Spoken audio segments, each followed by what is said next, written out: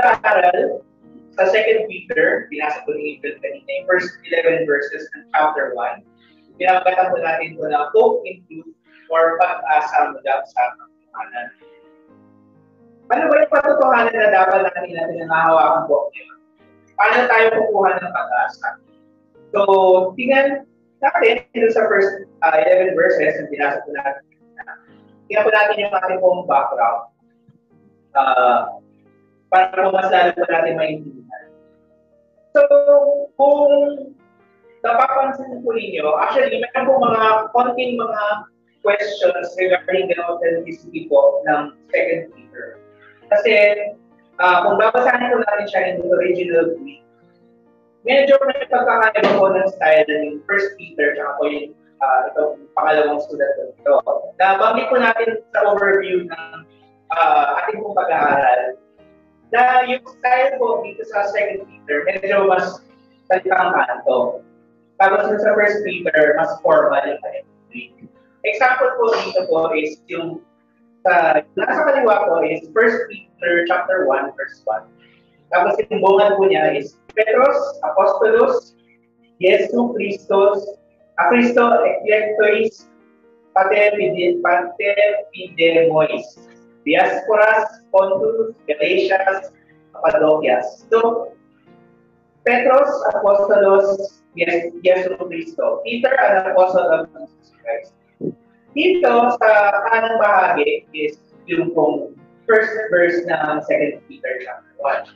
Yung bungad niya is Simeon, Petros, Doulos, kay Apostolos, Jesu Cristo. So,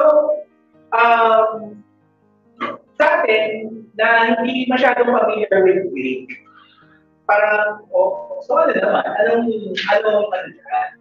Yung, kasi, normally, kasi pagka binasa ka sa Greek, yung Petros, Peter, yun lang yung gagamitin mo na, for example, ako, kilala niya ako bilang Mon.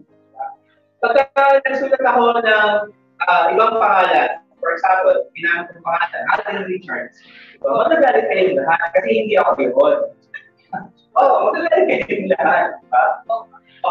Alden. So, so, pagka nakita niyo na si Peter nagsulat ng Petros, na alam mo na si Peter yun, pero bakit hindi na meron Simeon? Okay? Remember, si Simon Peter, yung apostol na kaibigan ni Jesus, yung leader ng 12 apostles, ay isang Hebrew, isa siyang Hudyo. Pinalitan ni Jesus yung kanyang pangalan. Yung original na Peter niya is Simon, Simeon. Okay? Ginawa ng Panginoon na Cephas or Petros. So, yung pangalan niya naging Simon Peter. Okay? So, for Simeon Petros, na isulat mo yung mga bagay na ito, ibig sabihin, this is a personal na pagkakakilala ng sarili mo. Okay?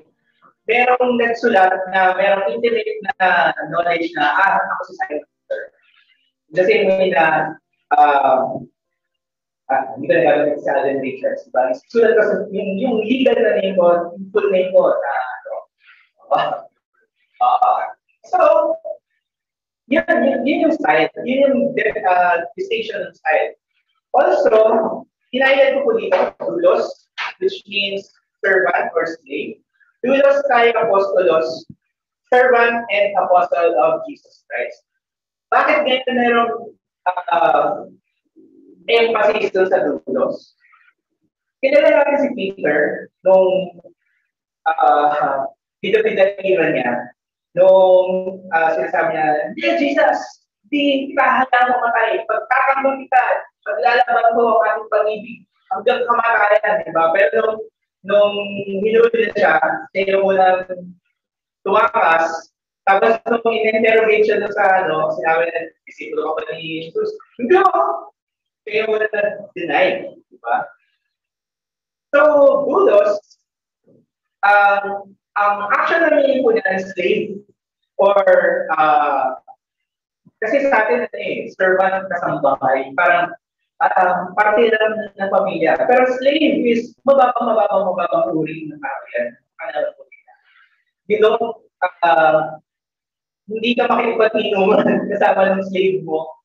Hindi mo siya tatutuhin na parte ng pamilya mo. At itatrato mo siya na possession mo. So a slave is sobrang pagpapababa ng iyong ng pagkilala mo sa sarili mo. Hindi siya false humility na slave lang ako. May naalala ko isang kante na parang ako'y alipin mo, alipin ang pag-ibig mo. Pero yun sa atin, napaka-sanitized ng definition. Pero a slave is basically wala kang karapatan. So sinasabi dito ni Simon Peter na wala akong karapatan sa harap ng Diyos. Ako'y alipin ni Kristo. So, it's interesting na ginamit na servant and apostle of Jesus Christ. Ibig sabihin is, sila lang niya sa sarili niya. Also, hindi po sinabi dito, kasi sa verse 1, makikita natin sa chapter 1, diba? Eclectois, Epidemios, Diasporas, Pontus, Galatia, Cappadocia, diba? Merong in-address niya yung sila. So, the elect, sojourners of the dispersion, Pontus, Galatia, Cappadocia. Tapos dito, wala. So, may parang, so sino ang kausap mo dito? Hindi namin alam kung si Peter pa nga. Diba? So, maraming mga scholars, even Christian scholars, are actually doubting kung legit ba talaga ito pong second letter ni Peter. So, makakatiwalaan ba natin ito, pinag-aaralan natin ito? Bakit siya nasa Bible? Ang sagot ko dyan, yes. So, makakatiwalaan actually natin ang 2 Peter. There is enough information within the text na magsasabi sa atin or magtuturo sa atin na si Peter most likely nagsulat ito. Una kasi, sa chapter 3 verse 1, sinabi niya, this is now the second letter that I am writing to you, beloved. Pwede natin i-assume na, turugtong ito nung first Peter. Okay? So, sinabi niya second letter, so, okay, pwede naman pala eh. Tsaka, hindi siya papayagan actually na mapasama yung tinatawag na, ito pong 66 books dito is yung tinatawag na canon. Okay? Canon kasi yun po yung napagkasunduan ng mga church leaders noon na ito lang yung magiging part ng yung collection ng mga aralin tungkol kay Kristo na eventually tinawag natin ngayon Bible, Biblos, na ito lang yung pag-aaralan natin kasi ito yung mga consistent na may kinalaman lahat kay Jesus. Which is why may mga Bibles na tinatawag na Deuterocanonicals. Sabihin nyo nga, Deuterocanonical naman mo sa Pagkakas. Or yung Apocrypha. Meron mga Bibles na may kasama yun. And yung Bible na ginagamit natin is, ito, wala siya. Kasi itong 66 books na ito is consistent yung tinutukoy, consistent na si Jesus yung highlight niya. Kaya siya nandito. Kaya kasama ito po sa Peter nito. Also, sa verse 14 ng same chapter, ng chapter 1, makikita tayo na parang merong mga hints dito. Bakit si Peter most likely nagsulat? Samantalang sa first letter, si Silvanus, binanggit last week sa atin po pag-aaral ng Christian. Sinabi niya sa verse 14, since I know that the putting off of my body will be soon. So, ibig sabihin, papaliwanag na siya ng mukhang Kristo. Si Peter ay namatay, most likely bilang isang martyr. Siya ay hinuli kasama ng persecution ni Nero. Hindi natin alam kung sabay sila ni Paul na namatay, pero most likely during that era, the same time na hinuli si Paul, hinuli din si Peter, most likely dun siya pinapatay. So, ito po 2 Peter, makikita po natin kung babasahin natin siya. Pwede nyo, actually itong basahin mamaya sa bahay. Basahin nyo tuloy-tuloy. Makikita po ninyo na ito yung pinakakuling habiling ng isang tao na mamamatay. ito na yung last chance niya para paalalahanan yung mga closest friends niya na huwag mo kayong lalayo. Huwag niyo kakalimutan si Cristo. Pagkakaroon ng mga false teachers sa kalagit namin niyo. Huwag niyo siyang kalilimutan, huwag niyo kakalimutan yung lahat ng sa inyo. Kasi lumaki ako na kasama hindi ako lumaki kasama ni Cristo. Nabuhay ako kasama ni Cristo nung kaya na siya rin. Kaya ako rin pinapasa ang lahat. This is the may tuturing natin na ito yung minutin ng Diyos ni Peter sa church. And when you keep that in mind, mababago yung tingin mo na, alam mo, mamatay na pala siya. Yung alam mo yun, pag ikaw tinalingan, meron ka na lang 6 months, diba? Meron ka na lang 6 days, 6 hours to live. Ano yung sasabihin mo? Ito yun. Wala nang time para ipatawag sa Silvanus para magsulat. So, or kung meron bang pinatawag si Peter na magsulat para sa kanya, iba yung style. Pero most likely, siya din nagsulat. Kasi yun nga parang yung language niya hindi siya formal. So, keeping this in mind, tingnan natin sa ating pag-aaral of the day, ano ba yung katotohanan na 90% po sa ating buwan ng mundo sa ngayon? Ano ba yung definition ng mundo sa katotohanan na sinasabi natin? Ang sinasabi nila is that truth is not absolute. Okay? Because science is truth. Tubig pala yung ito. Sinasabi nila na ang katotohanan ay depende yan sa pagtingin mo. So, naalala niyo yung illustration natin before, yung dalawang tao, sabi, 6 ito. Hindi, 9 yan. Tapos na sinasabi nila, tama ka sila pareho. Actually, isa lang yung tama ka sa kanila. Na, parang malaman natin kung sino yung tama, compare mo yung 6 ba yun or 9 doon sa mga katabing numbers doon sa parting ka. Okay? So, truth is absolute. May mga katotohanan na absolute siya talaga. For example, bilog ang mundo. Okay? Meron po ba dito sa atin na naniniwala ng mundo? So, pag meron, message yun po ako. Message yun po ako. Kasi, actually, hindi nakakatawa na natin siya. Pero kasi, maraming mga tao, they hold on to this lie. Tawagin na natin siyang lie. And they believe that it is the truth. And na pinangangalandakan kanila. Pangalawa, ito, napag-alala namin ito kahapon sa kasama na pinadefine sa kanila kung ano yung love. So, sabi nila na kasama sa kanila, natutunan ko mula sa kanila na ang mundo ngayon ng tao ang tingin sa love ay gamitan ka. So, mamahalin kita pag gagawin mo ito para sa akin. Mamahalin kita pag gagawin mo yung kasalan ito. Ano ano ba si pagmamahal yun, di ba? Gagawin mo yung sa yung mga tao dapat iwasan kasi assignment na hindi mo magawa. Paano ako bubuhayin? Disney princess ako. Pangatlo na katotohanan na sinasabi niya yun is that sex is assigned. Or meron kang kakayanan na i-choose yung sex, yung kasarian mo. Na yung kasarian mo na assigned at birth, hindi yun yung totoong kasarian. Kapag dumating ka na sa age na kung regardless kung ilang taon ka na, diba? Tapos sabihin mo na, ay, tayo na ako yung husband. Or, ay, isa na akong lalaki sa katawan ng babae. You choose your pronouns, yung tinatawag. Actually, malaking issue yan. Na parang, pinapipilitan ng mga tao na, alam mo ba kung ano yung pronouns ko? Bakit? Karapatan mo gamitin mo yung pronouns mo yan, pero karapatan ko din na gamitin ng tamang grammar. I will refer to you as you. I will not refer to you as them. Kasi isa ka lang eh. Hindi pa kita. Tawagin mo kong them. So, issue yan. Issue yan sa ano. And it is slowly starting to become an issue dito sa Pilipinas. Na pwede mong piliin yung kasarian mo, pwede mong palitan mo kung ano yung preferences mo. Basta, yun nga di ba? Na yung mga lalaki, Kasi sabi na, I identify myself as a woman. Tapos sasali sa mga competition ng pambabae.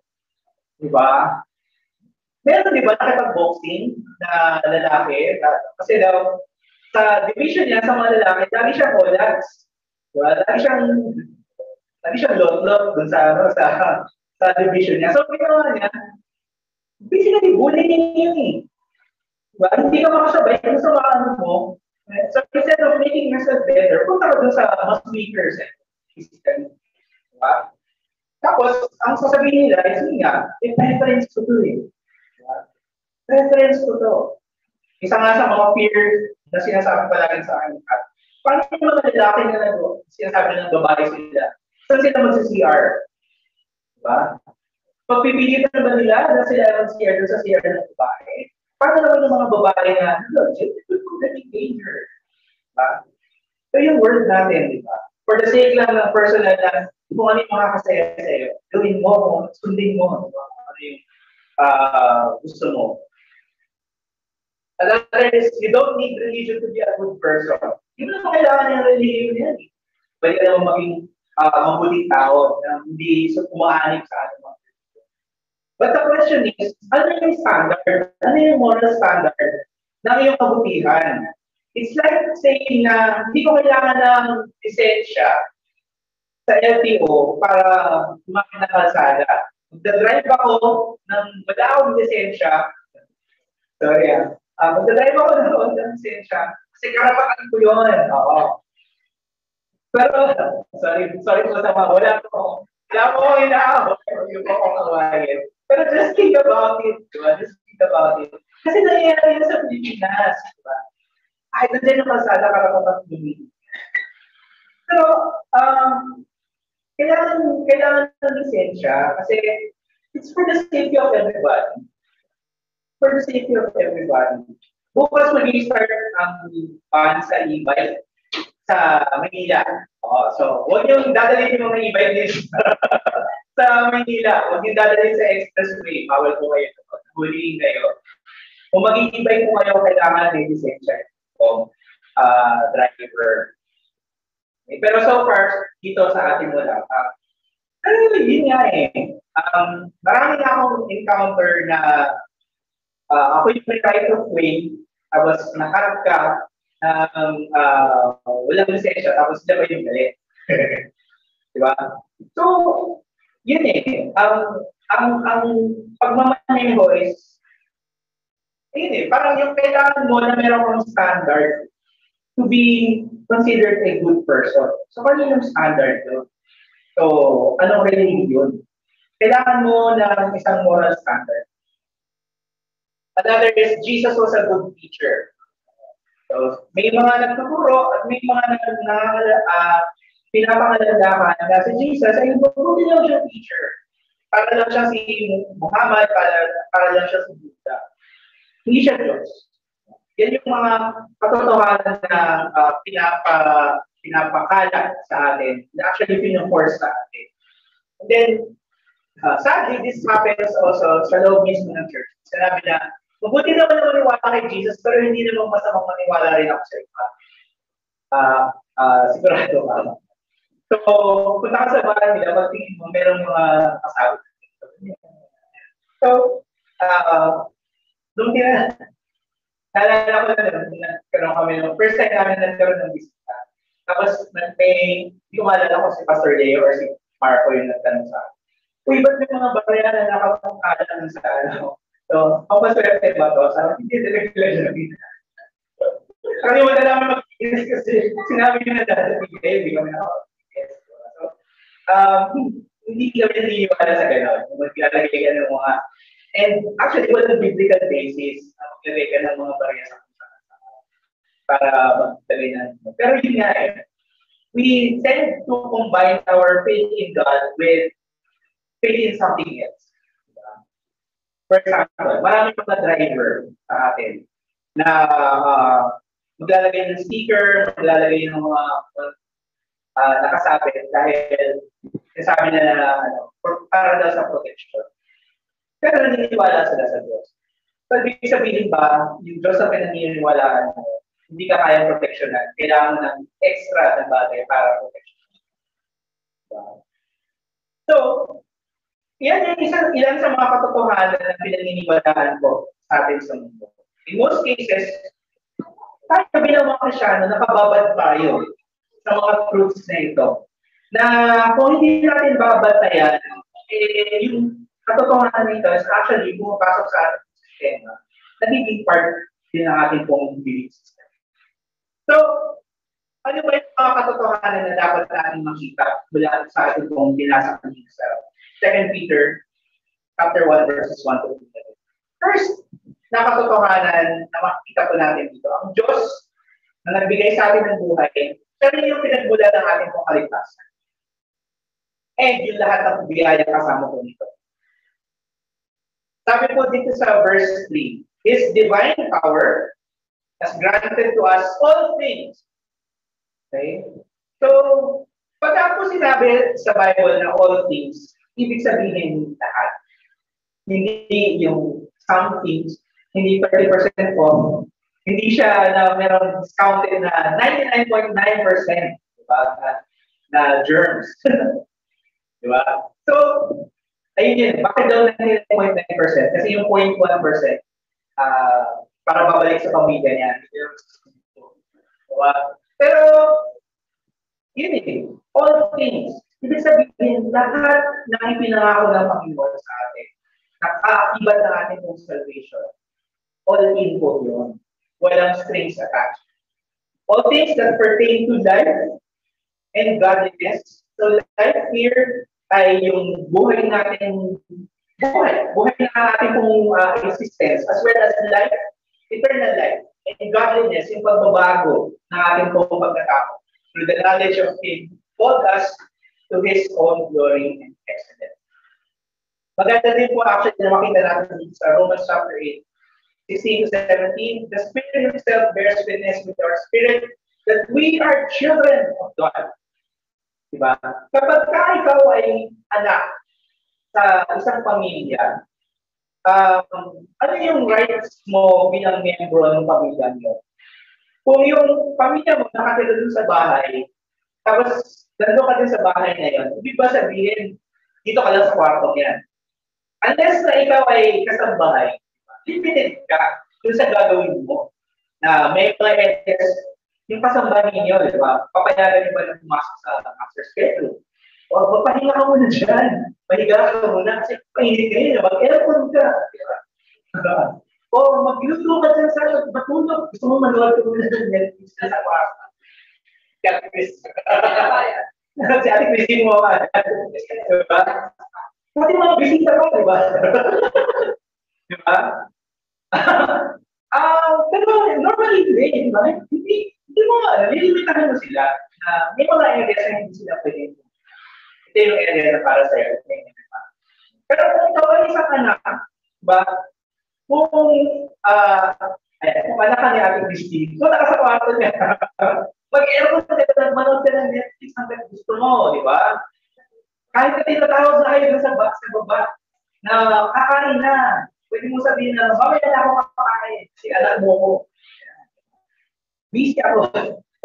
Busy ako manood. Okay? Kasi yun, nakikita niya, yung difference ng isang anak, at difference ng isang hindi ka pamilya. Di ba? Ganun ang ginawa ng Diyos po para po sa atin. Tayo, na yung hindi ka na kaya binigyan ng buhay, itong buhay na ito, na yung existence po natin, He created us, but He also gives us purpose. Kaya na nabigay po sa atin na He made eternal life possible. Kung magitan ni Cristo. And sa context ni Peter na malapit na mamatay, diba? Ang laking comfort nito para po sa kanya na isinusulat sa mga believers sa Asia Minor na si Jesus, alam ko siya yung patutunguhan ko pagka patayin ako ng heaven. Kaya katotohanan na dapat magbigay rin ko ng comfort.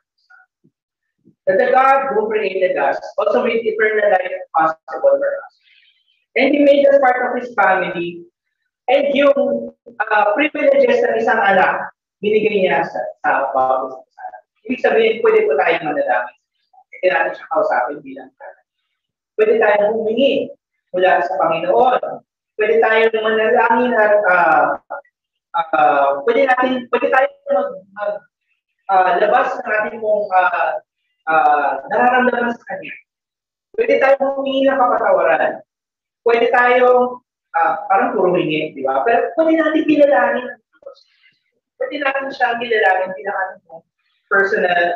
Kung ikaw, lumaki ka na hindi nakakaranas ng pagmamahalan, God is there.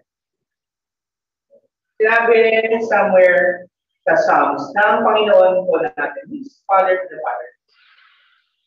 And ako po, personally, na experience ko po yun. Napatunayan ko po yun na ang Panginoon na po ay tatay sa ating pong mga walang kapatid. Gusto ko lang po makita po natin po dito sa yung word po na ginamit dito ni Peter for divine power. Ang word po na ginamit ko niya is dunamis. Dunamis is Greek for power. Okay, so hindi lang yung power. Yung power na power to move something. Okay? Yung gagalaw ka, matitinag ka, mababago ka.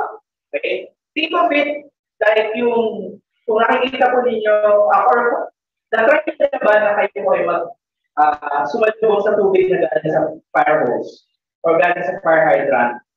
Tapos, tinry nyo na ba kuminom? Mula sa nakapakalakas na ng tubig, nalulunod ka doon. Ganun po ang dunamis. Madalas kasi we tend to think of yung power ni God na hindi naman ako kaya. Mapatawarin ko ba ako ng Panginoon? Laki-laki ng kasalanan na ginawa ko.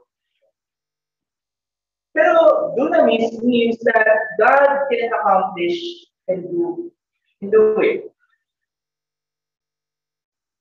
However, may mga bagay na na parang just because God can do it, does not mean that He will pala. For example, sige nga, God, powerful ka ba? Gawin mong tinapay itong bato. Kaya naman, actually, nagawin ng Diyos yun. Diba? Kaya niyang gawin yun.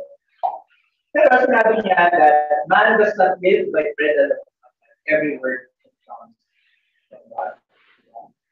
Kasi mas madali sana gawin ni Jesus na, chini! Lahat ng bato naging tinapay. Pero magbabago ba si Satan? Maniniwala ba si Satan na siya ay Diyos? Hindi ba din? So, dunamis is sa pangyarihan na taglay ng Panginoon. Think of it as a dam. Yung tubig sa likod ng dam. Pag bumuhos yung tubig na yun, ang laking power ang mag-generate. Kaya bukuhan ng kulitin. And kapag ang dam bumigay, pwede magkaroon ng baha. Diba? Pero that's power stored behind. Pero nagpapakawala ng tubig from time to time. To give us power, to give us irrigation. Parang ganito po, pwede natin siguro inhalin po that kapangyarihan ng Diyos na pero alam mo nandyan siya. Pero siya bilang Diyos, ay siya yung magde-decide kung kaya niya gagamitin ito. Hindi tayo. Noong Monday, naging sikat yung eclipse, di ba? Na, saan mo makupunod yung eclipse na yun? Anong channel? Available ba sa Netflix? Kaya tanong sa akin, available ba sa Netflix yung eclipse na yan? So, hindi. Hindi natin nakita dito, pero live streaming. Alam natin, yung eclipse is yung pagdaan ng moon in between the earth, kanan sa kanan. Diba? Kasi yung tinuro sa atin ng science eh. Dati, panahon pa, ang paniniwala nila sa eclipse, kinain ng isang malaking dragon yung buwan. Or kinain ng isang malaking ibon yung araw. Kaya biglang jubilee. Pero ngayon, dahil alam natin kung ano yung scientific na explanation ng lahat ng bagay nito, this does not mean Na dapat yun ang pala yun eh. So, hindi naman pala si God yun eh. Imagine ninyo, nangyari, nagkaroon ng eclipse. Ganyan, tumawid na ganun yung buwan. Tapos, yun, dark na sa Earth. Tapos hindi gumalaw. Hindi siya umalis. Di ba? What if ganun yung nangyari? Ibig sabihin, hawak pa rin ng Diyos ang lahat. May nalahawak, ang mga scientists, they attributed to gravity, to yung mga gravitational, Newtonian physics, di ba? Pero lahat ng ito, pinagalahan ng Diyos for order. Para may synchronicity, synchronous yung lahat ng mga bagay. Everything arrives on time. May seasons. Kasi lahat ng ito ay patunay ng kapangyarihan doon ang mismo ng Panginoon. Meron tayong kapayapaan na yung gaya ng pagbabalik ng liwanag sa isang eclipse. Ano man yung sitwasyon natin sa buhay, patiliman na nararanasan natin, magbabalik yung liwanag ni Cristo. And even in the midst of the darkness, we have the light of Christ. Hawak niya ang lahat, hawak na ang buhay natin, pati na ang lahat ng likha. So, tandaan po natin na bawat pananampalataya, actually, pantay-pantay ko tayo sa paningin. Wala akong favorite na anak si God. Ito yung favorite na anak ko, di ba? O yan, dahil favorite ka, yung kakahalang sakit. Na kahit mag 3 points ka, wala sa dulo ng papasok yan. Dito sa verse 1, binati ni Peter, sabi niya, to those who have obtained a faith of equal standing with ours. Kasi madalas, ine-elevate natin si Peter na leader ng mga apostles, head of the church, diba? Pero dito sa sulat niya, kagaya na pinakita ko sa inyo kanina, ginamit niya doulos, slave, and apostle or apostolos, meaning sent. Kasi kapag sinabi natin apostle, ibig sabihin hindi yan normal na Christian, super Christian yan. Hindi, actually. Apostolos means na ikaw ay pinadala. Ikaw ay isinugo ng isang gustong magpasugo, nagpadala ng message. So, Peter as apostle, pinadala ng Diyos para ihayag ang mensahe na si Jesus Christ. And, yun nga, yung pinakita ko sa kanina ulos, slave, ibig sabihin, actually, in-equate ni Peter na, pareho lang tayo. Pareho lang tayo ng paniniwala. Pareho lang tayo na mga Kristiyano. Pareho lang tayo na serve, nagsisikap na magpatuloy sa buhay na ito ng pagsunod ni Cristo hanggang siya ito. Dahil ang Diyos ang pinagbulan ng ating buhay, ng ating kalikasan, at ang biyaya sa bawat araw, ibig sabihin, pantay-pantay ang tingin ng Diyos sa bawat isa. Walang paborito ang Diyos sa mga Kristiyano. Diba? Sa mga pamilya natin, minsan, sino paborito mo anak?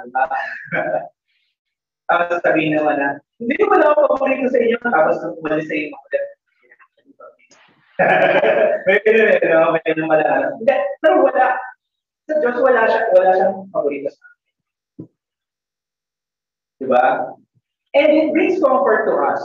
Kasi minsan, yun nga yung binanggit ni Captain niya. Parang, kapag nag-browse ka talaga sa social media, okay, makikita sila ng Tito Ben yan.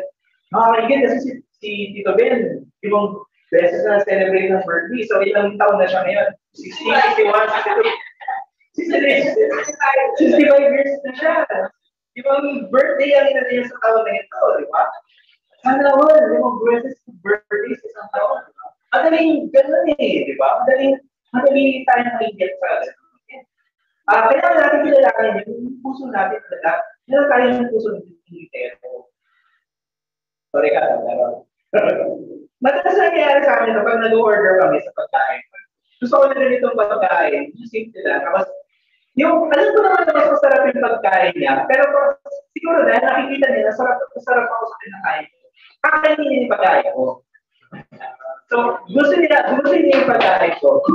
So, meron tayong ganyung klaseng ganyung tendency sa atin ko naman. ang grasya or biyaya na accessible kay Peter nung time na ito, na nasulat siya, at sinishare niya sa atin, it's still accessible to us today. Si Peter, hindi siya super Christian. Okay? Siya din believer katulad natin. May mga pagkakamali siya. Pero makikita po namin dito sa kanyang mga sulat na it's encouraging to know na yung tao na deny kay Kristo, merong redemption. Diba? Actually, sayang na sayang si Judas. Kung si Judas, nag-humble lang siya, na sinabi na Jesus, patawarin mo. It would have been a different story. Pero kasi in the first place, naging part siya ng 12, hindi niya actually kinilala si Jesus. Ang tingin niya kay Jesus, ano may bibigay ni Jesus para sa akin? Nung hindi man bibigay ni Jesus yung gusto niya, kumukuha na siya dun sa, dahil siya yung treasure, kumukuha na siya dun sa yung money bag ng mga disciples. Tapos nung pinagkano niya si Jesus, ina-expect niya na siya i-reveal ni Jesus yung mga his heart revealed na siya yung mga tapos, galing mo Judas sa isip yun, hindi nasa isip niya, pero nung hindi ginawa. Sayang. Huwag ko sana tayo dumating sa point na yun. Kasi, yun nga, God redeemed Peter. It's also possible about us. We can make mistakes. We may make mistakes. Pero yung grace na accessible ng Peter, ina Paul, yan, yung mga sinawi ng mga believers, is still accessible to us. It is a truth na dapat natin panghawakan. At ito ang dapat na mag-encourage mo sa atin sa araw-araw. Pangalawa pa katotohanan ko, iligtas tayo ng Diyos para makibahagi. And do we realize the way nitong katotohanan ko nito? Sabi po dun sa verse 4, by which He has granted to us His precious and very great promises, so that through them we may become partakers of the divine nature, having escaped from the corruption that is in the world because of spiritual desire. Maaaring sa isip natin na ano yung partakers na yun. So, tingnan po natin. Sabi dito sa Ephesians chapter 2, verses 3 to 5, among whom we all once lived in the passions of our flesh, carrying out the desires of the body, the mind, and were by nature children of wrath. Tayo ay mga anak ng galit ng Diyos. Ng puot, wrath is such a big word, like the rest of mankind. Verse 4, the great topic, but God, being rich in mercy, because of the great love with which He loved us, even when we were dead in our trespasses, made us alive together with Christ. Tayo na patay spiritually, kahit na hindi pa natin kinikilala ang Panginoon Jesus, binuhay niya tayo sa pamamagitan ni Cristo dahil sa mercy ng Diyos. And ano yung naging effect ko nito? Tayo po ay naging bahagi sa divine nature ng Panginoon. Tingnan po natin ano ba yung ibig sabihin ng partakers na yan. Comes from the Greek word koinonos. Basta nang gagaling yung ating pong kilalang Greek word na koinonia or fellowship, nagsasama-sama. We tend to think of fellowship na, may fellowship tayo mamaya. Punta tayo sa bahay na teacher ka, kain tayo, fellowship na yun. Actually, hindi lang yun yung fellowship na tinutukoy in the biblical sense. Fellowship means na yung pagsasama-sama natin, yung samahan natin, yung ugnayan natin sa isa't isa. That is fellowship.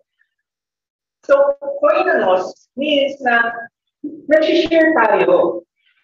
Ano man yung kinakain mo, share mo sa akin. Ano man yung kinakain ko, i-share mo sa iyo.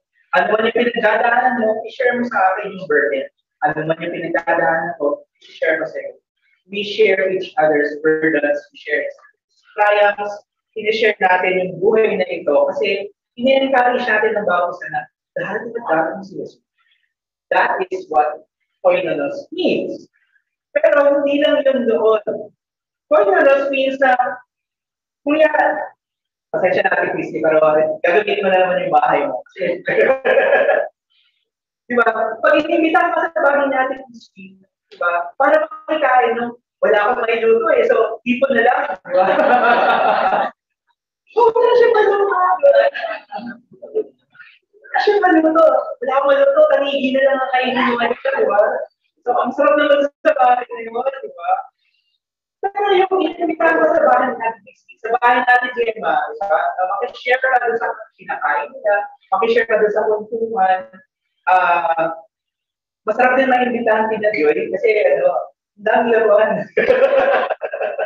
Nakikishare ako doon sa masarap tingnan, di ba? Pero, yung makibahagi ka, na to the point na, sige, gusto mo magpahinga, mo na sa taas. Matulog ka muna doon sa aircon. Manood ka muna ng TV. Diba? Pero yung point na ginawa ng Panginoon ko para sa atin, hindi lang sa pagkain. Diba? He allows us to share in His divine nature. So, ibig sabihin yung kabutihan ng Panginoon, yung pagiging mapagpatawad ng Panginoon, yung katuwiran ng Panginoon, yung pagmamahal ng Panginoon, ibig sabihin, pwede naman sa atin din yun. Hindi pa rin manatili na love before mo ay for simply be tayo ng mga Kristiyan. Ganito ako kaya. Kristiyan ako, ganito ako, masungit ako. Hindi pwede gano'n. It does not make sense. Kailangan merong pagbabago sa atin. Kasi kung nabago tayo ng Panginoon, He allows us to share in His being, sa kanyang divine nature. To be koinonos, to be partakers of Christ also means that we take part in His suffering. Okay? Hindi lang, sinabi ng Panginoon na hindi lang maganda yung kasi si Jesus na nag-suffer, di ba? How much more tayo? We share in His sufferings. Sa lahat ng nananalig kay Jesus, binigay ng Diyos ang privilege na maging mapagmahal, pagpatawad, matuwid, banal na katulad niya. Bakit importante para sa atin na matutunan ng kapatawad? Kasi tinuturo sa atin ng mundo na look within yourself and you will find the force. Di ba? Use the force. Di ba? Para you will find the answer to your problems. Di ba? Parang sinabi na mo yung taong nalulunod na kaya mo yan. Just believe in yourself. Di ba? Nalulunod na siya, hindi siya marunong lumaway. Di ba? Ano gagawin mo sa kanya? Yan. Aldin! I-encourage mo ba siya gano'n? Bigyan mo siya ng salvavida. Bigyan mo siya ng way para may sagot yung sarili niya. And most of the time, that is what the world is teaching us. To rely on ourselves. Diba, sabi nga ng kanta, I decided long ago never to walk with Edu Manzano. The greatest love inside of me. Pero hindi, the greatest love is with Christ. Na nasa sinasabi ng mundo sa atin na tumingin ka na sa sarili mo, makikita mo yung sagot. Eh nga, nakita ko yung sagot, kailangan ko si Kristo. Diba? Ang katotohanan, wala sa atin kundi matatagpuan lang natin sa Diyos. Sa ating pag-share, to be koinonos, to share in His divine nature. Makukuha lang natin yung ating satisfaction, yung tunay na tunay. Alam ng Diyos, siya lang yung makakapuno ng vacuum sa ating puso. Hindi na tawag na God-shaped hole sa Ecclesiastes. Ginawa ng Diyos na maligtas tayo para makibahagi tayo sa Kanya. Think of it this way. Kunyari, nagpunta ka sa isang mansyon. Tapos sinabi mo, papusukin mo ako. Papusukin mo ako sa mansyon mo. Bakit? Sino ka? Nagpupunti akong tao. Well, nagpakain ako sa ganyan ako sa ganito, ginawa ko ng ganyan. Nag-serve ako palagi sa church. Kaya papasukin mo ako sa bahay mo. Sino ka nga? Hindi naman kita kilala. That is the same analogy na kailangan natin, meron tayong personal na pagkakakilalan kay Kristo. Meron tayong personal na relationship sa Diyos kung that is the only way for us to enter His kingdom. Hindi tayo pwedeng papasukin ng Diyos na, ay, bayad mo naman, sige, dito ka na. Hindi. We cannot enter, Christ's kingdom on the basis ng pagiging mabait natin. We need to have that intimacy, that relationship, yung connection sa Kanya. Kaya yun, ginawa ng Diyos ang pagliligtas na maging posible para tayo ay maging kabahagi niya. That we are able to connect, to partake in His nature. So, ang ibig sabihin po nito para sa atin, yung pagbabago ng ating buhay, patunay ng pagliligtas ng Kristo sa atin. At yung ating pong pakikibahagi sa Kanya.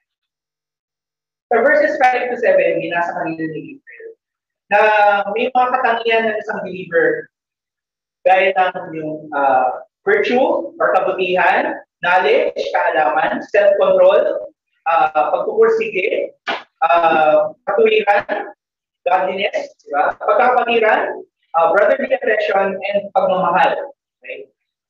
Sa verse 5, sinabi dito, for this very reason, make every effort to supplement your faith with virtue. Ibig ba sabihin dito, kulang yung pagliligtas ni Kristo para sa atin, na kailangan natin i-supplement ng mga bagay dito. Kasi sa konteksto po natin na supplement, di ba? Syndrome, supplement din yan. Sorry, ito ang brand. Pero, yung, kasi kulang ka sa ganitong vitamins, so kailangan mo ng ganito. Kailangan mo ng supplement. Pero dito po sa kaso pong ito, actually, hindi siya kakulangan. Yung word ko na ginamit ko dito is epikoregeo. Okay? Which means to supply. Yung sense na ginamit ko dito is, actually, connected po yung verse 5 dun sa verse 3. Sa verse 3, kasi sinabi na, di ba, yung power ng Diyos, dunamis, made possible all things for our life and our godliness. So yung epikoregeo, ibig sabihin is meron ng supply. Meron ng supply dahil pinrovide na ng Panginoon lahat ng bagay kung magitan ng kanyang dunamis, ang kanyang kapangyarihan. So, what does it mean for us to supplement yung ating faith? Ibig sabihin, kailangan natin mag-up dun sa power na yun. Okay? Kailangan natin na, di ba ang vitamins, di ba? Yung vitamins, nandito sa lalagay na ito. Hindi siya magkakaroon ng epekto sa ating buhay hanggang hindi natin siya tinitake.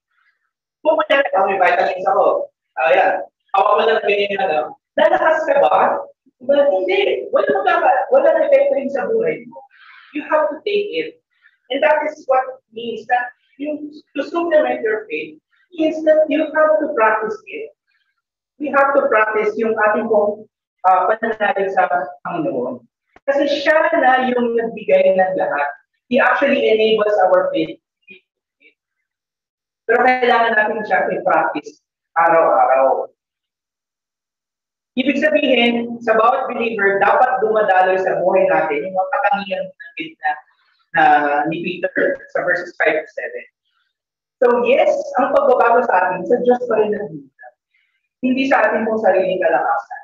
Kasi, madaling basahin na make every effort to supplement your faith. Kulang pa, so kailangan gawin ko yung mga bagay nito para maging worthy sa Panginoon. Hindi. Akala natin nakasalalay sa atin yung pagiging mabuting Kristiyano. Kaya kapag nagkamali tayo, madalas nakapagod na lang tayo, give up na. Pinag-aralan natin ito nung sa atin pong church. For example, when you read your Bible on a daily basis, tapos, hindi ako nakapagbasa ngayon, so baguhin ko na lang, bukas babasa ko ng 2 chapters.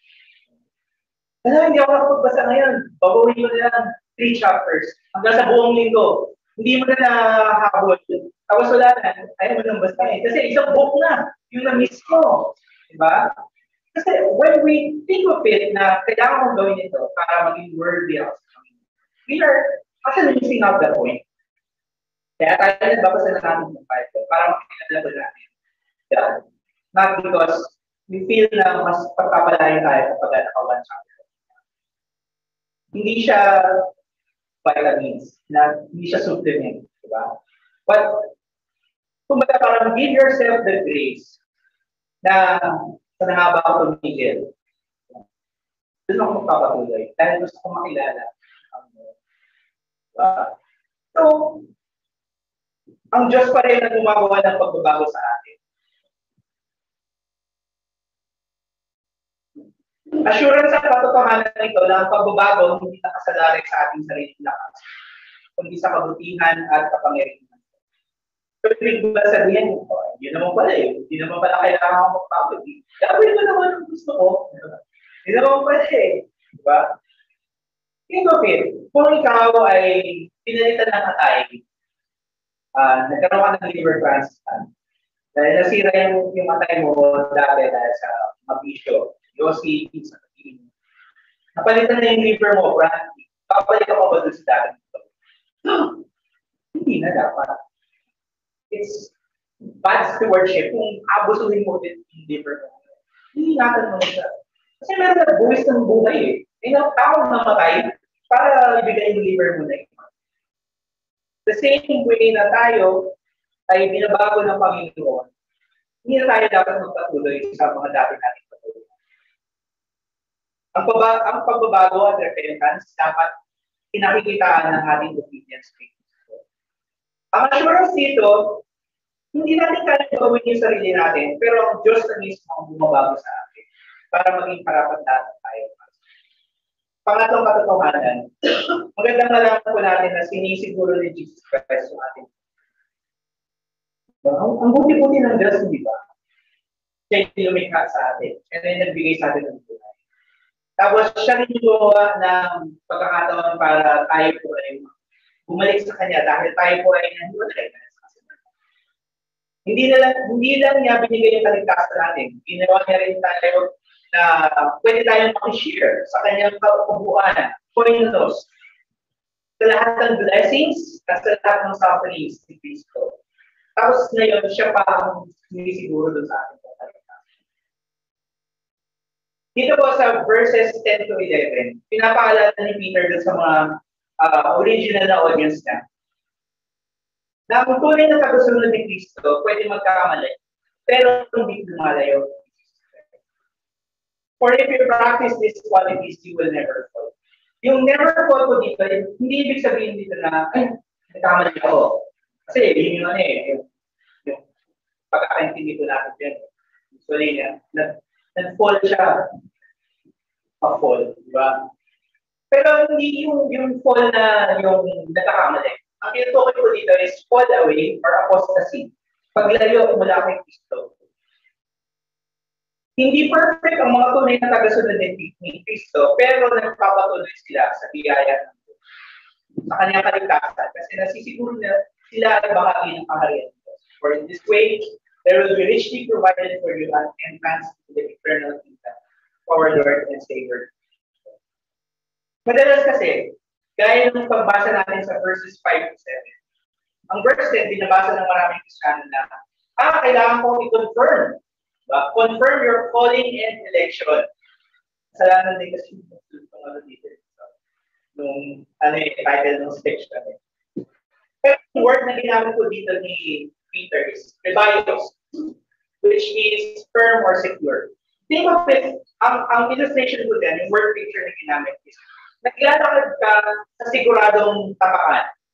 Kapag ikaw ay naglalakad on madulas na sahig, or naglalakad ka sa ibabaw ng yelo, sa isang frozen na na hindi mo alam kung bibigay, that is not rebellious. Kasi hindi siya firm or secure. Pero, yung tinatayuan mo, solid. Okay? So, ano doon? Ano yung ginagawa ng tumatayo? Actually, wala siyang contribution doon sa tinatayuan niya. Rebellious means na siguraduhin natin na yung tinatayuan natin ay tama. And, ibig sabihin, sa sense na ito, kailangan siguraduhin natin na nakatayo tayo kay Cristo. Because Jesus, sabi doon sa kanta, di ba? He is our firm foundation. So yung pag-confirm natin, hindi ibig sabihin na gagawin natin yung lahat para maging acceptable sa Diyos. Kundi siguraduhin natin na si Jesus yung pundasyon ng ating tinatayuan. Dahil siya ang nasisiguro ng ating buong kaligtasan. Hindi ba napaka-liberating ito for us? Na you don't have to prove yourself worthy sa harap ng Panginoon. matanggal sa atin yung burden na ito sa Diyos sa karapat-dapat tayo. Kasi He is already enough. Nagawa niya na yung lahat eh. Ginawa niya na yung kailangan natin tumayo sa Kanya. So para magawa natin yun, kailangan panghawakan natin ang katotohanan ng salita ng Kristo at mamuhay tayo ng may pagsunod. Yung effect ng katotohanan na ito sa atin, dapat magbigay sa atin ng kalayaan na wala tayong dapat para maging karapat-dapat sa pagmamahal ng Diyos. Kaya mamuhay tayo ng malaya na sumusunod sa mga kabilin ni Kristo. Nakakalungkot kasi, na maraming mga nagsasabi na tanggapin mo lang si Jesus kahit anong gawin mo siya. Diba? Ginagamit ng pagtanggap kay Jesus na lisensya para gawin kung ano lang gusto nila. Pwede natin i-inanit ko din na para ka bumili ng insurance. Bumili ka ng policy, binayaran mo. Diba? Tapos yun, okay na, gagawin mo na ako ng gusto ko. Diba? Pero paligtasan ni Kristo, hindi siya gano'n. Iba't ang ating pagkilala sa Kanya bilang Diyos, pagligtas, pagsunod sa Kanya mga kabilin ng Diyos. Hindi sinabi ng Panginoon na kailangan hindi ka na nakakamali. We can make mistakes along the way. And we can even make big time mistakes. Pero kung meron tayong repentance, meron tayong pagpapakumbaba, siguraduhin ni Jesus Christ na tayo mapabilang sa kanyang kaharian. There will be richly provided for you an entrance into the eternal kingdom of our Lord and Savior, Jesus Christ. Ito pong katotohanan na ito, dapat magbigay ko ng pag-asa ko sa atin. We can stand on our calling in our election because we know that Jesus is our righteousness and our salvation. Alam mo yung holiday last April 9? Araw ng Pagkikilan. Pero sabi, araw ng kaligayahan.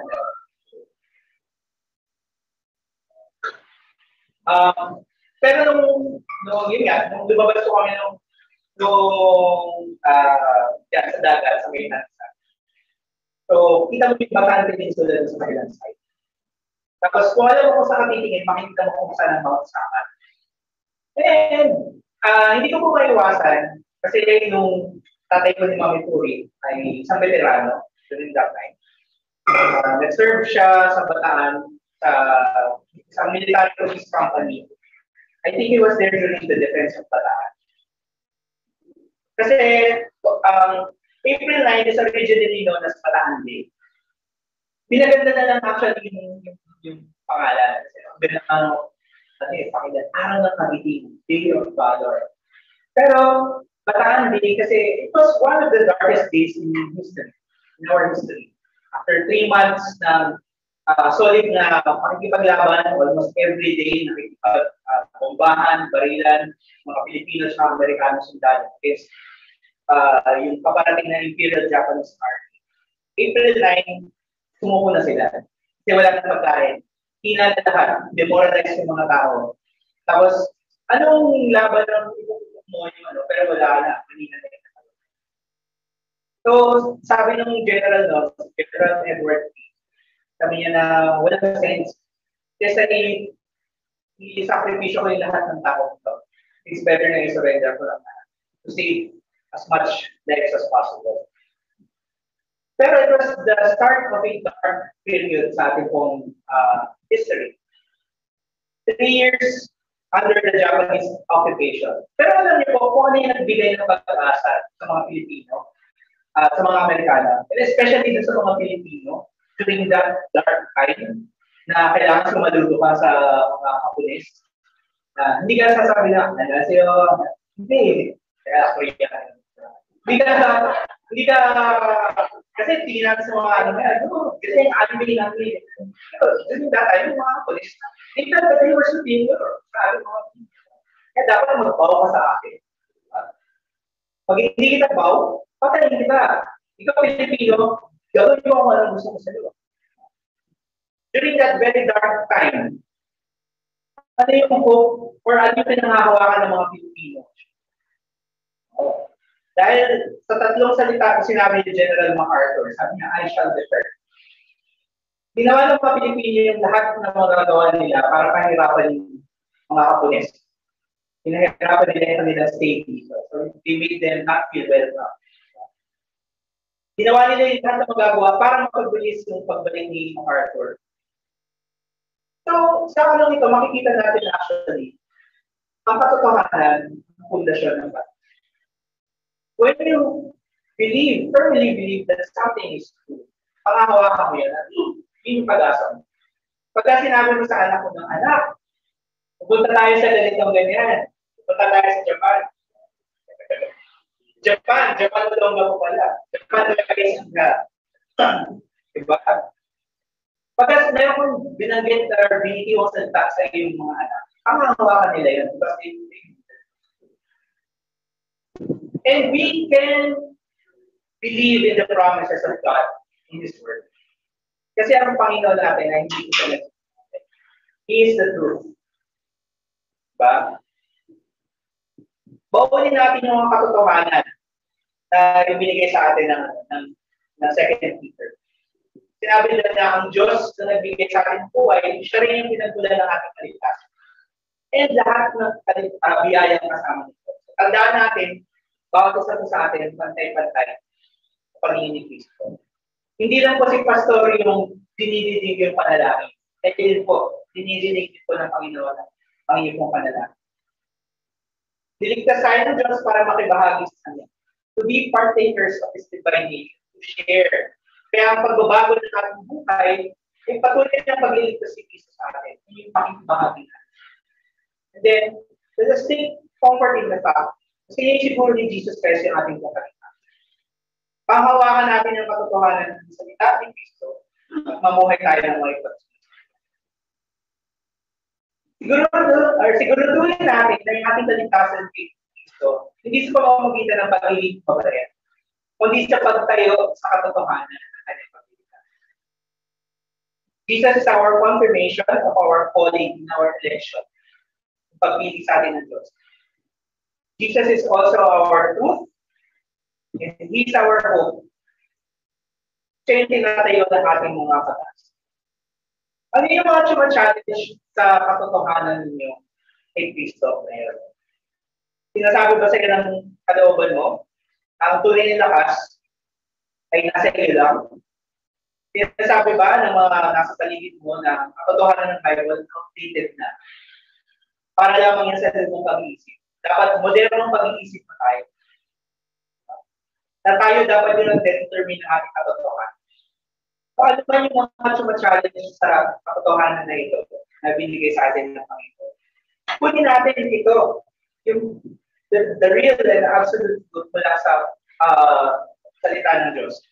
Dito natin kunin yung pag-asa natin. Si Jesus Christ yung katotohanan na dapat natin panghawakan. Kasi sinabi niya sa John 14:6 that I am the way, the truth, and the life. Pwede natin siyang panghawakan na siya yung pag-asa ng gusto namin. Dahil siya yung katotohanan, siya yung dahilan na siya ang buhay. Magtiwala tayo, tumasa kay Jesus Christ dahil siya po ang ating division. Manalangin po tayo.